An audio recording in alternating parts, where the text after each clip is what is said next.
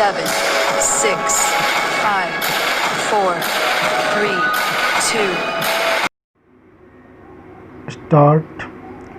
हिंदी गढ़ में ही कितनी दुर्दशाग्रस्त है, इसका अंदाज़ा यूपी बोर्ड की हाई स्कूल और इंटर की परीक्षाओं में इस वर्ष 8 लाख परीक्षार्थियों के हिंदी में फेल होने से लगाया जा सकता है। उत्तर प्रदेश की स्कूली शिक्षा में हिंदी का लचर प्रदर्शन कोई पहली बार नहीं हुआ है। पिछले वर्ष यूपी बोर्ड की 10वीं और 12वीं की परीक्षा में 10 लाख परीक्षार्थी हिंदी में फेल हुए थे और 2018 यूपी बोर्ड की 10वीं और 12वीं की परीक्षा में 11 लाख से अधिक विद्यार्थी हिंदी में असफल हो रहे थे। हिंदी की कुछ ऐसी ही स्थिति अन्य हिंदी भाषी राज्यों में भी है।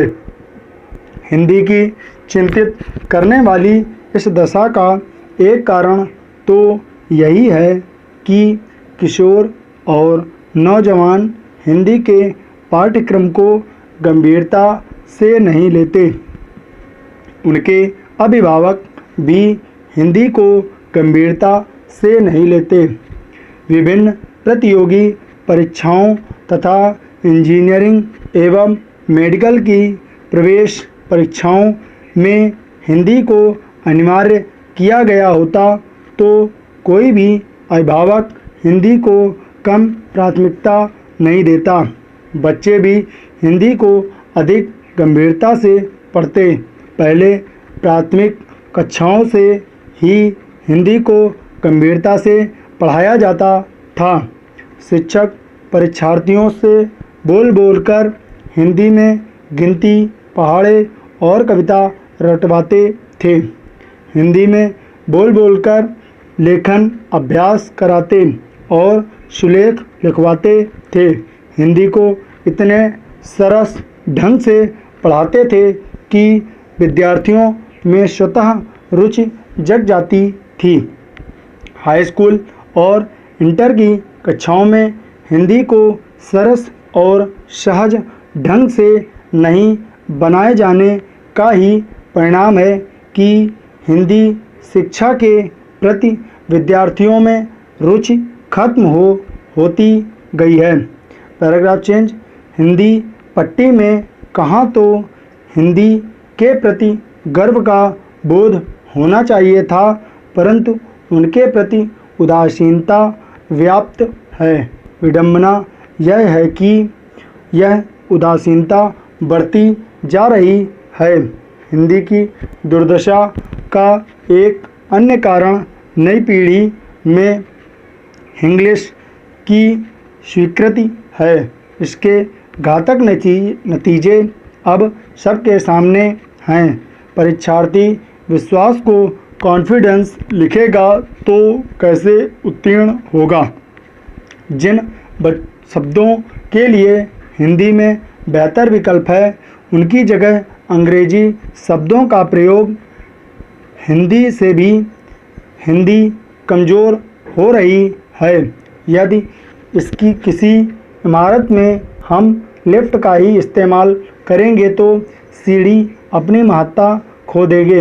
हाँ, जिन शब्दों के लिए हमारी भाषा में बेहतर विकल्प नहीं है वे तो चल जाएंगे। आखिर हम पिछले 4 महीने से कोरोना काल में क्वारंटाइन और लॉकडाउन शब्द जैसे ही चला रहे हैं। आकस्मिक और सांस्कृतिक जगत में ऑनलाइन संगोष्ठी के लिए वेबिनार शब्द भी चला रहे हैं। Paragraph change. निसंदेह हिंदी दूसरी भाषाओं से भी समृद्ध हुई है। अंग्रेजी के साथ अन्य दूसरी भाषाओं के साथ हिंदी में इस कदर प्रचलित है कि लगता ही नहीं कि वे दूसरी भाषा के शब्द हैं। अंग्रेज शब्द फ्रेंच का है जिसे हम बेधड़क इस्तेमाल करते हैं। तुर्क डच का शब्द है जो हिंदी में खूब चलता है। इस तरह हिंदी ने तुर्की से आका, कालीन, काबू, कैंची, तोप, तलाश, बेगम, लाश, कुली, चमचा, तमगा, लफंगा, सुराग, सौगात आदि शब्द ग्रहण किए हैं।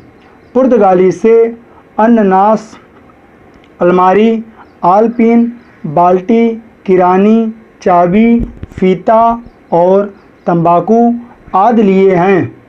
हिंदी में फारसी से अफसोस, आबदार, आबरू, आतिशबाजी, अदा, आराम, आमदनी, आवारा, आवाज़, आईना, उम्मीद, कबूतर, गुलाब, खरगोश, खामोश, खुश, खुराक, गुम, गवाह, गिरफ्तार, गरम, गिरह, जंग, जहर, जोर, चाबुक, तरकस आदि शब्द लिए हैं।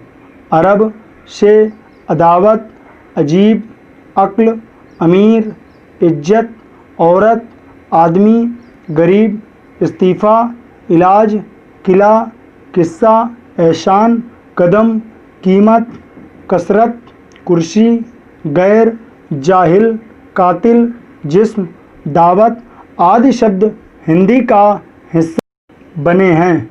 इसी तरह हिंदी में उपन्यास, गल्प, कविराज, गमछा, छाता, रसगुल्ला, संदेश, चमचम आदि बांग्ला से आए हैं। ऐसा नहीं है कि दूसरी भाषाओं से हिंदी ने ही शब्द ग्रहण किए। दूसरी भाषाओं ने भी हिंदी से शब्द ग्रहण किए हैं। यह होना चाहिए, लेकिन यह ठीक नहीं कि हिंदी में बेहतर विकल्प होने के बावजूद उनकी जगह अंग्रेजी शब्द नाहक चलाए जाएं। Paragraph change. हिंदी दूसरी भाषाओं और स्वयं अपनी बोलियों से भी स्रोत ग्रहण करती रही है। कदाचित इसलिए वह नीर भरी नदी बन पाई है। लेकिन तथ्य यह है कि हिंदी समाज में हिंदी के लाखों शब्द अस्पृश्य बने हुए हैं। हिंदी की दुर्दशा केवल स्कूली शिक्षा तक सीमित नहीं है। विभिन्न विश्वविद्यालयों और महाविद्यालयों में किसी के एमए के अधिकतर विद्यार्थियों और एमफिल तथा पीएचडी के अधिकतर शोधार्थियों में भी भाषा का संस्कार अनुशासन नहीं है। हिंदी माध्यम से एमए की पढ़ाई कर रहे अथवा शोध कर रहे अधिकतर विद्यार्थियों को की और की में ये और यह का अंतर नहीं पता। इसी प्रकार कार्यवाही और कार्रवाई का अंतर नहीं पता। दुखद यह है कि बहुत कम लोग हैं जिनकी इन गलतियों को सुधारने में रुचि है। Paragraph change. कोई भाषा ही उस समाज की आशा होती है। हिंदी केवल एक भाषा ही नहीं है, एक संस्कृति और जीवन शैली का संरक्षण भी है। हिंदी कमज़ोर होती जाएगी तो उसमें रची बसी संस्कृति और संस्कार का दिवाला पिट जाएगा। हिंदी को कमज़ोर होने से बचाने का उपाय नौकरी के लिए उसे अनिवार्य करना और हिंदी के प्रति प्रेम बढ़ाने का ठोस उपक्रम करना है। सबसे आवश्यक है कि हिंदी भाषी उसके प्रति गर्व का भाव पैदा करें। हिंदी पट्टी के राज्यों में अपनी भाषा, उसके साहित्य और कला संस्कृति के प्रति वांछित प्रेम नहीं है। पठन वृत्ति और जिज्ञासु भाव को किनारे होने दिया गया है। पढ़ने का संस्कार परिवार में रोपा जाता है, फिर स्कूल कॉलेज में उसे सींचा जाता है, पर ऐसा नहीं हो रहा है। मातृभाषा को अपने समाज में पुनः प्रतिष्ठित करके और हिंदी के जातीय तत्वों को पुनर्गठित करके ही हम अपनी सांस्कृतिक पहचान को बचा पाएंगे। तकनीक के युग में हमें अपनी भाषा के प्रति सजग रहने की आवश्यकता है।